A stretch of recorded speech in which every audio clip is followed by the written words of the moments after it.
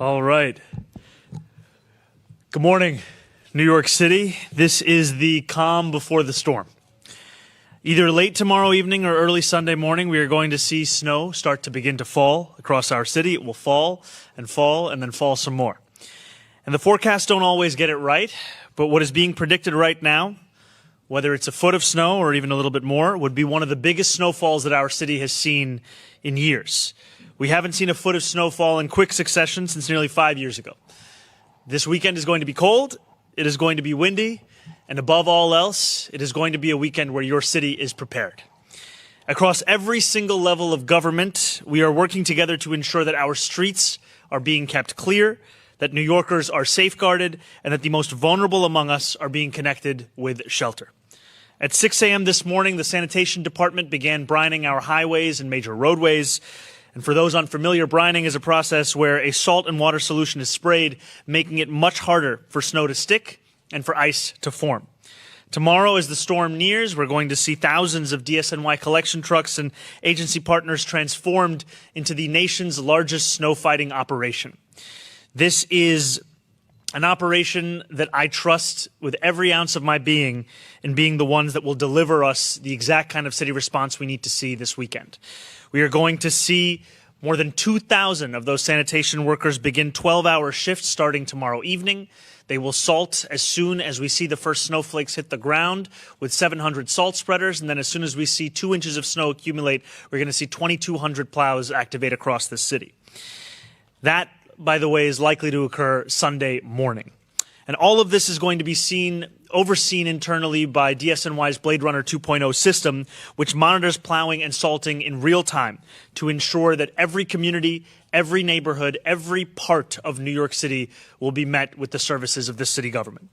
Now, this is a storm that will also bring with it significant amounts of precipitation. It will carry a cold front as well. And that is why we have enacted a code blue now in effect, which has been in effect since last night. This means that homeless services outreach workers have been and will continue to canvass the 5 boroughs so that we are connecting homeless New Yorkers with shelter and bringing them out of the cold. DHS is going to be bypassing the intake operation procedures just to ensure that we are getting people into these shelters as quickly as possible. No one is going to be denied across the city. And finally, while we are still waiting to make a final decision on whether school will be in person or virtual, we will communicate that decision to families by noon on Sunday. That is going to be a decision between in-person learning and remote learning. I have to apologize to the students that were hoping for a different answer. For a traditional snow day, that will not be the case. We will also be canceling PSAL activities on Sunday. Throughout every step of this storm, city government is going to communicate directly to you as New Yorkers. I encourage every New Yorker to join the more than 1 million who have already signed up for Notify NYC. You can do that by texting Notify NYC to 692-692. We will be sending you texts, updates, and alerts, and we will also regularly brief New Yorkers over the course of this weekend. And finally, I want to encourage New Yorkers to do their parts to stay safe this weekend. That is why we are issuing a hazardous travel advisory for Sunday and for Monday. So if you need groceries, if you need a new winter coat, if you need anything, frankly, that you are thinking about for this weekend, today is the day to make that trip.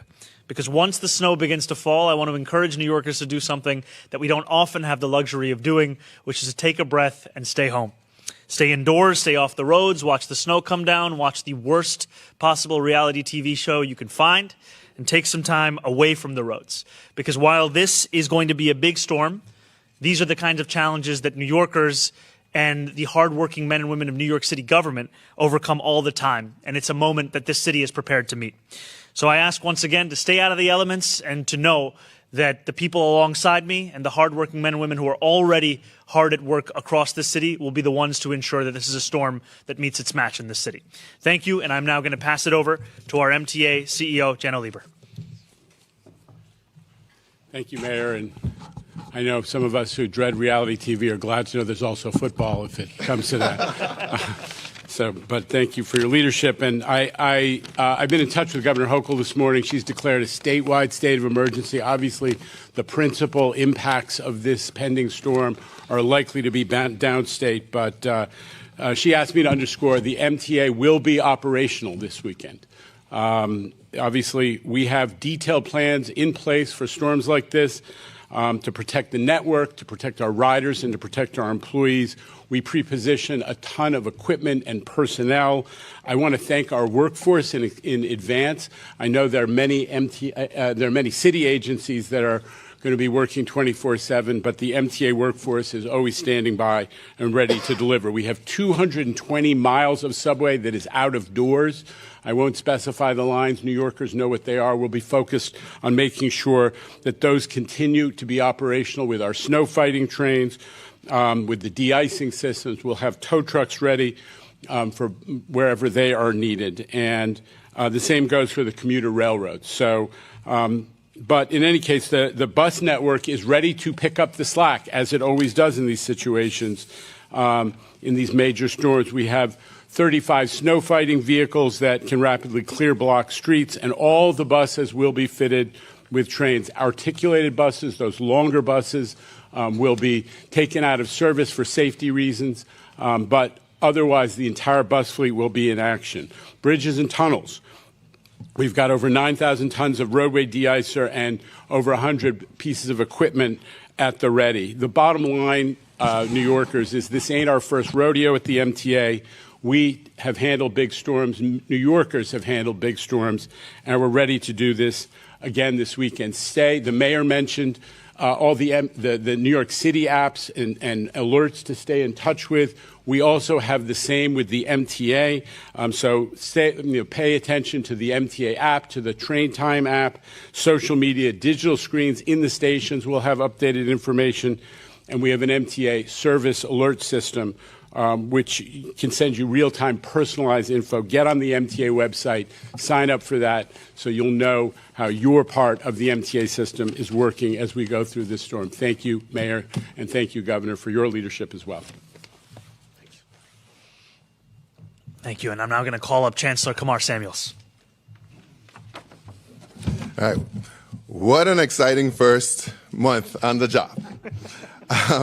But even though this is a new role for me, as a teacher, principal, superintendent, it was always my delight to make sure we were making the best decisions on behalf of our young people.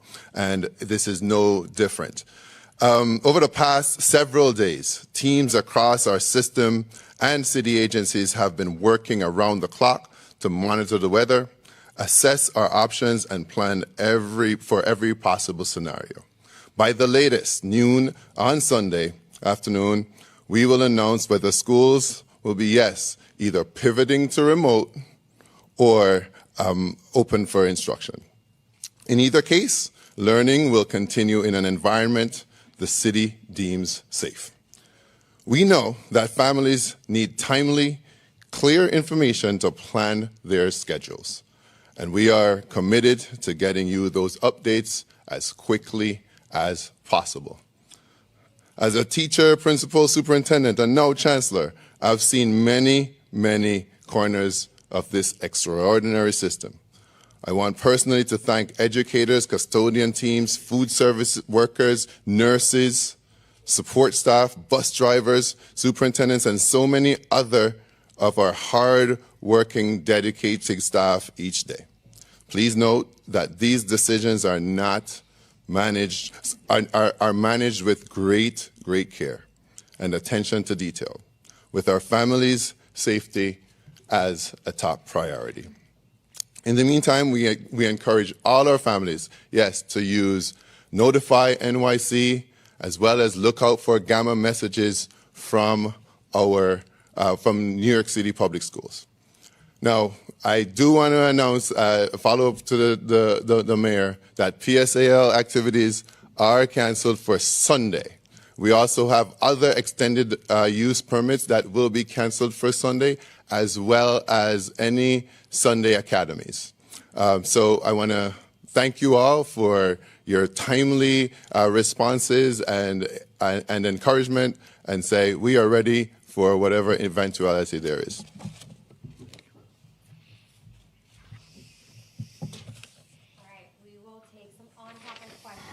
Please. All right, let's start with Katie. Go ahead. Oh, hi, Mayor Maroney. Hey, how's it okay? And for the Chancellor, the last time that schools went full remote, it was a disaster, for lack of a better term. I've spoken to parents and teachers. The only guidance they've received is bring your devices home and we'll let you know by noon Sunday what's going to happen. What have you and the city schools done to prepare both students, teachers, and administrators to ensure that Monday isn't a disaster but a successful remote school day? I think the first thing is preparing in advance. And I think one of the issues that many students, teachers, and parents faced last time around was the inability for the system to handle the amount of people who were logging on all at once. And so I've been heartened by the work that our incredible Chancellor and all those of the DOE have done to stress test the system in advance. So yes, on Sunday by 12 p.m. we will let parents, teachers, and students know whether the day will be in person or remote, but we are preparing for the possibility of remote such that we do not repeat those mistakes of the past. Chancellor, if you want to add anything. Yeah. So I was a superintendent when the day you're talking about, that day will live in infamy. I will say that very clearly, I want to say very clearly, we have prepared in numerous ways for what might be a pivot to remote for next week. And we've stress tested the system both in person with students logging in, and as well we've had simulations. So we are prepared now, and we've increased the capacity to make sure that we can house as many students as possible on that day. So we now have the capacity of having 1 million students logging at the same time within 60 seconds. We now have that. And then secondly, we've also talked to parents and families about logging in early on Sunday so you can get prepared and used to the system. And then also having a staggered schedule on Monday to make absolutely sure that we are prepared and have the capacity. So I'm very, very confident after having worked with so many of our partners to make sure that this is going to be successful in the login process. What was the last time you did a test? The most recent test was in December. Question about the weather for both the mayor and maybe Commissioner Isbell can weigh in on this as well. What concerns you the most about this storm now that we've seen there is sleet, possibly freezing rain, icing, and extreme cold involved in it? What are you most worried about when it comes to this storm? I think the thing that would worry me is if we find New Yorkers going about their lives as if there was no storm. And we want to encourage everyone to stay home. We want to encourage everyone that if there's a trip you need to take, if there's a person you need to see, do that today, do that tomorrow. But on Sunday, that is a day that we encourage everyone to stay home. Now, we are preparing for a range of potential snowfall, right? We're seeing the estimates now around 8 to 9 inches, let's say at the very least. It climbs up to potentially about a foot, if not a little bit more.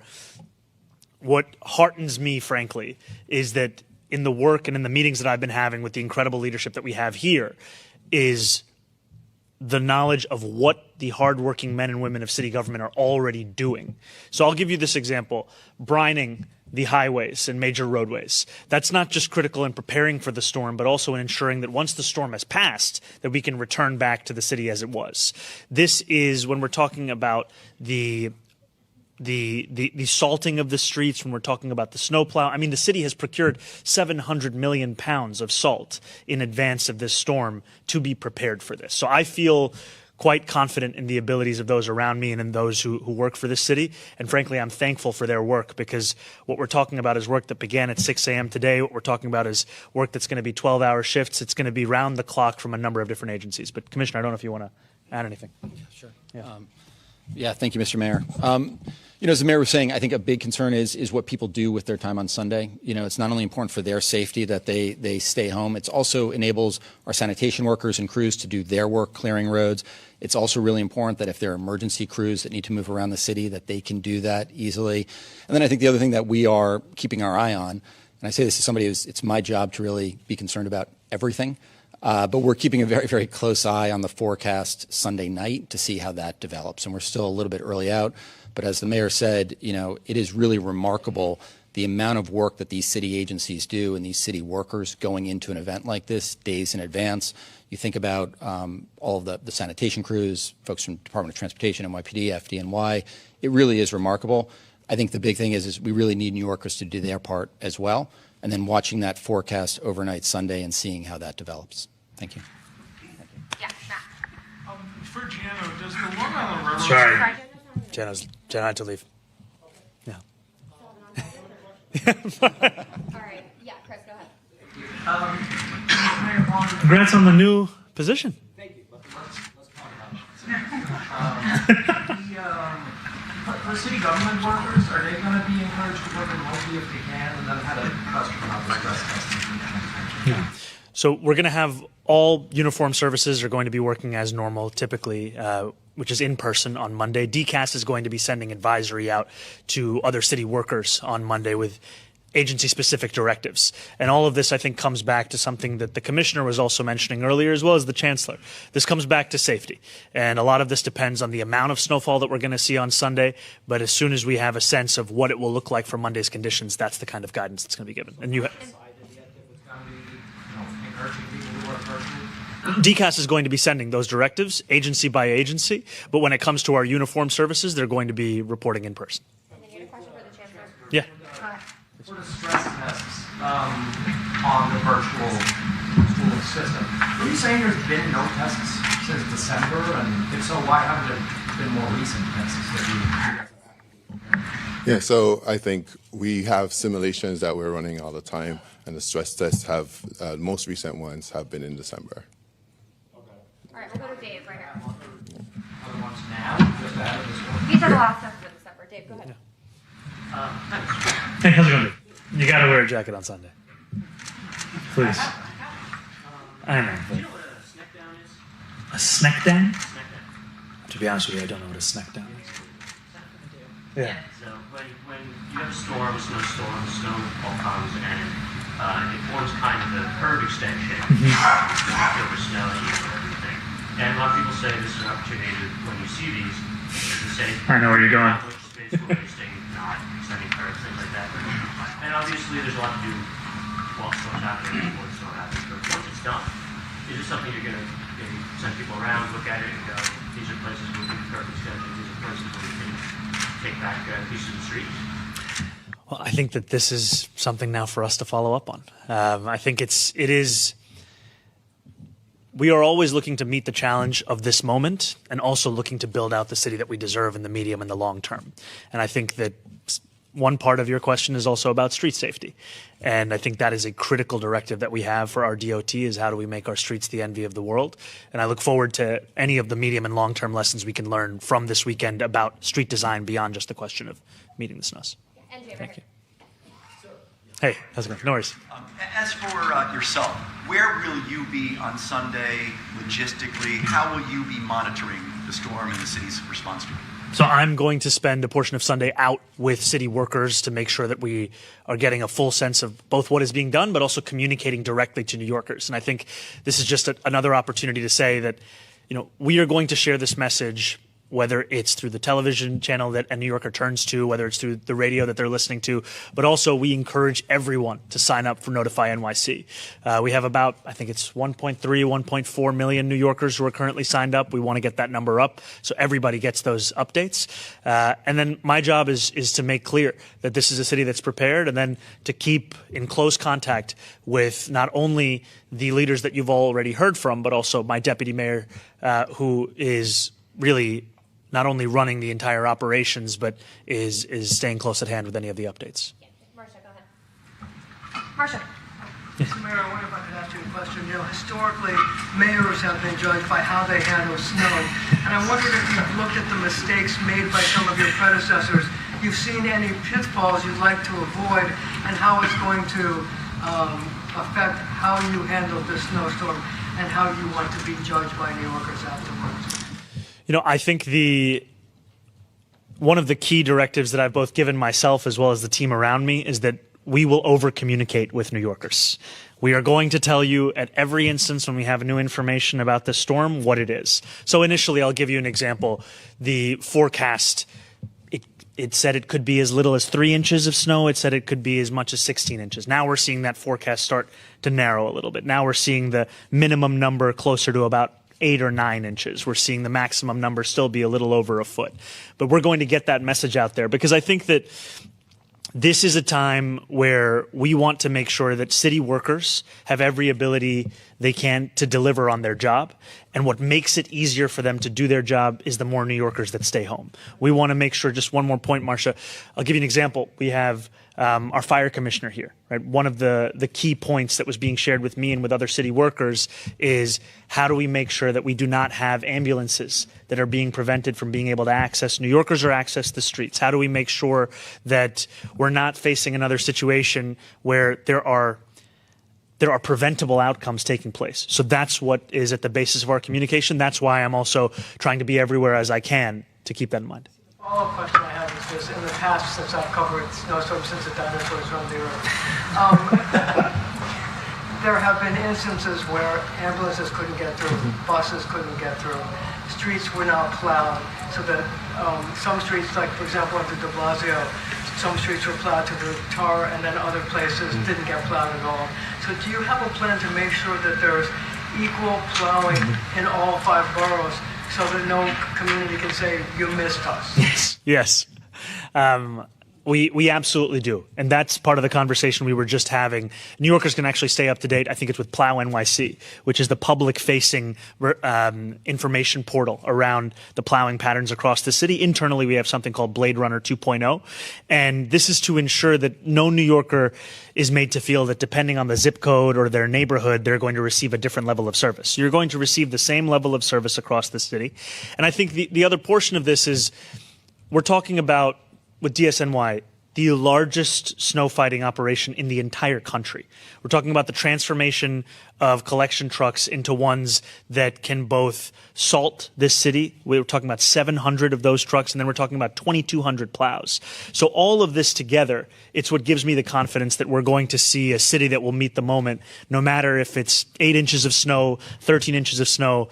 I will say that one thing that a number of New Yorkers have shared with me is we seem to have large snowstorms every 10 years. It was 96, it was 06, it was 16, it's 26. We're going to be ready. Yeah, right here, go ahead. Hey there, how are you? Hey, how's it going? Good, good. Just 2 questions. At what point do you declare a state of emergency because of the snow? Where are the markers for yourself and for the folks at the podium? Like, where is that point where you decide it's a state of emergency? And also, can you go into depth as to what the NYPD and what FDNY will also be doing at those times, and even like what 311 or 911 operations are going to be? So I can just tell you briefly, and then I'll pass it over to Deputy Mayor Kirsten. Just in advance of this weekend, we also know that NYPD is going to be assisting with some of the traffic routing operations that we'll see across the city. Every single agency and department is going to be playing a role. You know, for example, DSNY is taking the lead on the snow plowing, but that doesn't mean that the Parks Department is not also going to be assisting in some of that work. I'm going to pass it over to DM Kirsten for some of the additional remarks. Our emergency declarations largely allow for restricted traffic, so we'll be monitoring roadway conditions and then determining if those additional restrictions are necessary. We have those materials drafted and are ready to go if we start to see that those conditions warrant an emergency declaration. We'll go Kelly right here and then Timmy. Go ahead. Hi, Mr. Mayor, over here. Hey, hi, Kelly. Good. I wanted to ask you, in response to Marcia's question, previous mayors have underestimated how much snow we've gotten, and that has left them a little flat-footed.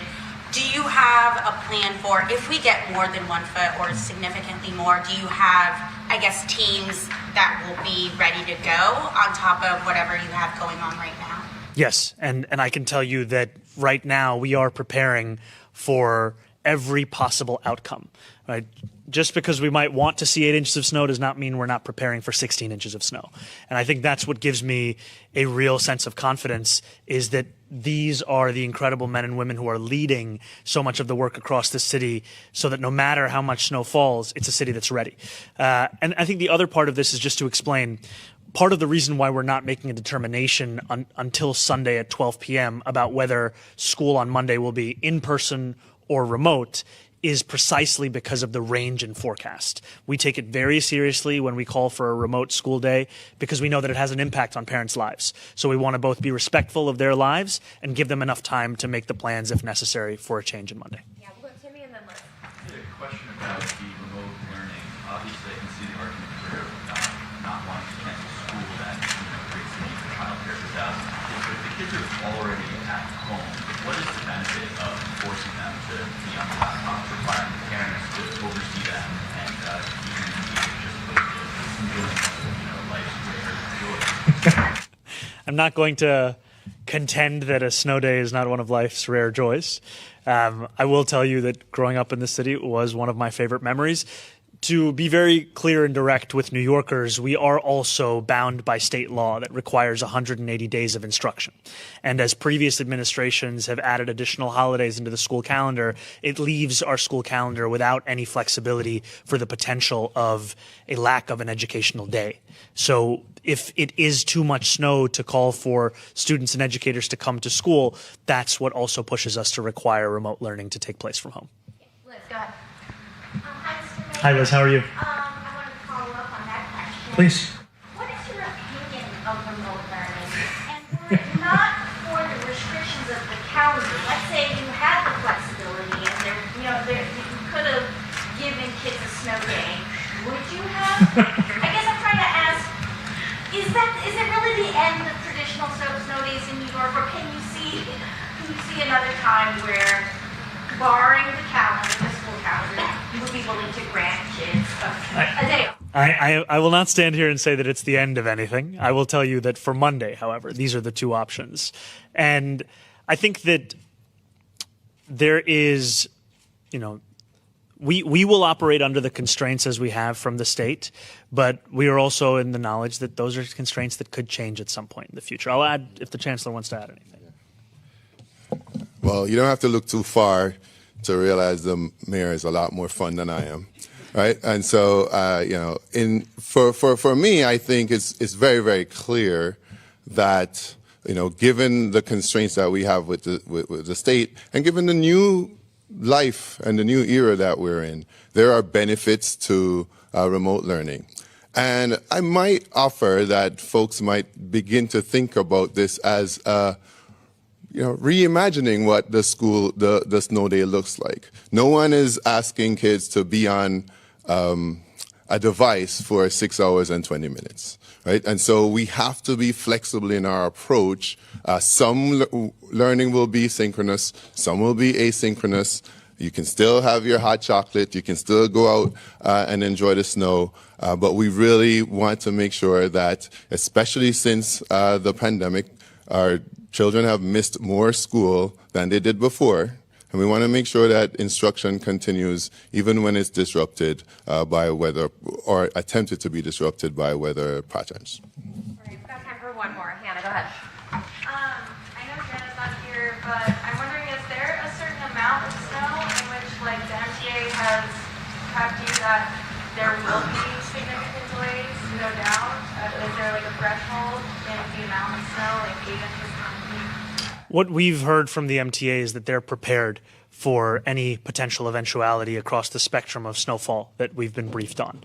And I think that that is something that, whether it's the trains, whether it's the buses, we are talking about a system that can handle this and a system that is prepared.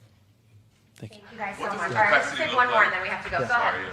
What does the capacity look like given the cold blue right now? I mean, is there enough space in shelters to safely house people who are going to be taken in from the cold? So what does that look like? Absolutely. There is enough capacity for homeless New Yorkers, and I want to say thank you to the city workers at our Department of Homeless Services who have been doing the work of actively canvassing homeless New Yorkers wherever they may be across New York City to get them into whether it's single unit beds or stabilization beds. And the most important thing is getting homeless New Yorkers off the streets, out of the cold, into shelter. And that's why, as we've been briefed, we are seeing DHS saying, the standard operating procedures of intake and all the different forms and procedures we have to go through, those are being put aside for a moment of a code blue. Because right now, we're not just talking about snowfall, we're talking about cold. And these are things that if left together without any kind of a city response, the consequences could be significant. And so what we want to do is keep every single New Yorker safe. That includes homeless New Yorkers. Thank you for your question. Well,